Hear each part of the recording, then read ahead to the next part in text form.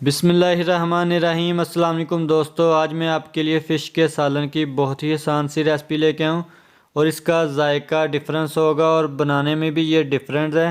तो इस रेसिपी को आप एंड तक ज़रूर देखिएगा। तो चलें अपनी रेसिपी को बनाना स्टार्ट करते हैं। एक बॉल ले लेंगे और उसमें हमने एक अंडा डाल देना है और उसमें ये अदरक लहसुन का पेस्ट डाल देंगे। 1 से 1.5 टेबल स्पून ये हम इसमें डाल देंगे और इसमें हाफ़ चम्मच लाल मिर्ची का पाउडर डाल देंगे और इसमें हाफ़ चम्मच हल्दी की डाल देंगे और 2 चुटकी हमने इसमें डाल देनी है काली मिर्च की और इसमें डाल देंगे खुश्क धनिया का पाउडर है, हाफ़ चम्मच ये इसमें डाल देंगे और ये हमारे पास गरम मसाला है ये 2 चुटकी और ये फ़िश मसाला था ये हमने 1 चम्मच इसमें डालनी है और ये एक लेमन का रस है ये इसमें डाल देंगे और इन सब चीज़ों को मिक्स कर लेंगे। तो देखें अच्छे से मिक्स हो चुकी हैं। अभी हम इनको कर लेते हैं साइड पे। तो देखें ये फ़िश है 1 किलो जिसको मैंने धो के अच्छे तरीके से साफ़ कर लिया।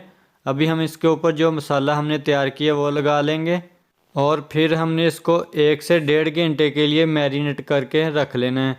तो देखें मसाला हमने अच्छे तरीके से इसके ऊपर लगा लिया है।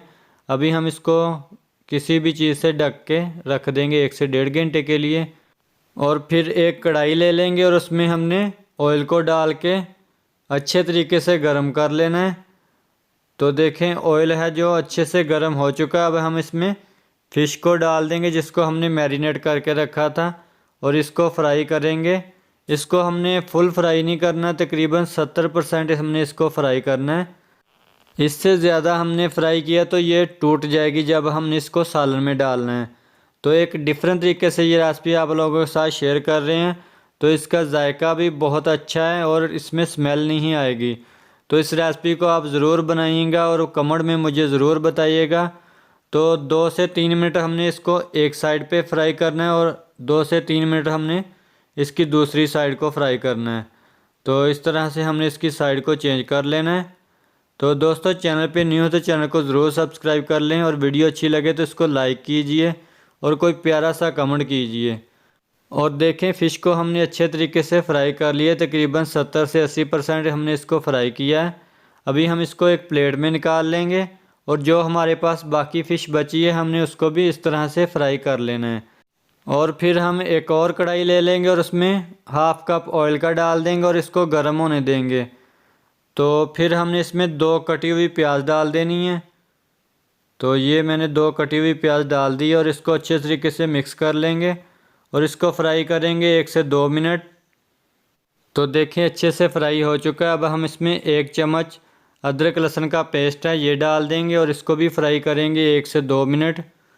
तो इसको मिक्स करके इसको फ्राई कर लेंगे। तो देखें ये भी फ्राई हो चुका है। अब हम इसमें डाल देंगे एक रेड कलर का बड़े साइज़ का टमाटर है जिसको मैंने काट लिया है और इसको भी हमने तकरीबन इसमें फ्राई करना है 2 से 3 मिनट।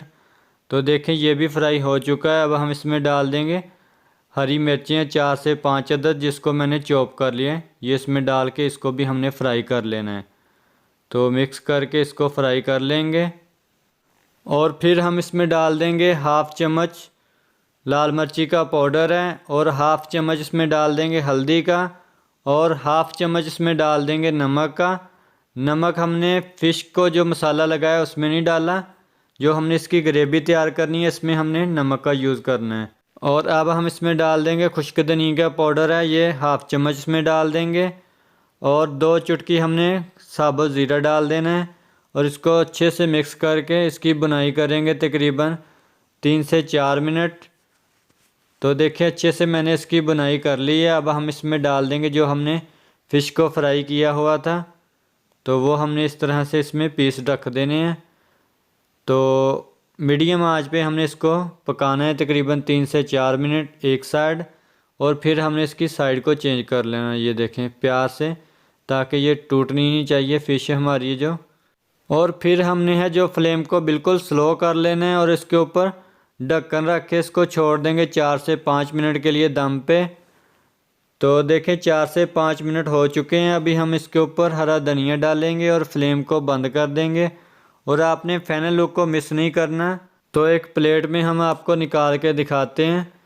तो देखें माशाल्लाह बहुत ही शानदार एक डिफरेंट तरीके से ये रेसिपी आप लोगों के साथ शेयर की है। तो इस रेसिपी को आप ज़रूर बनाइएगा और कमेंट में मुझे ज़रूर बताएं कि ये रेसिपी आपको कैसी लगी। और इसी के साथ एहसान अली को दे इजाज़त, दुआओं में याद रखिएगा। ढेर सारा प्यार। अल्लाह हाफिज़।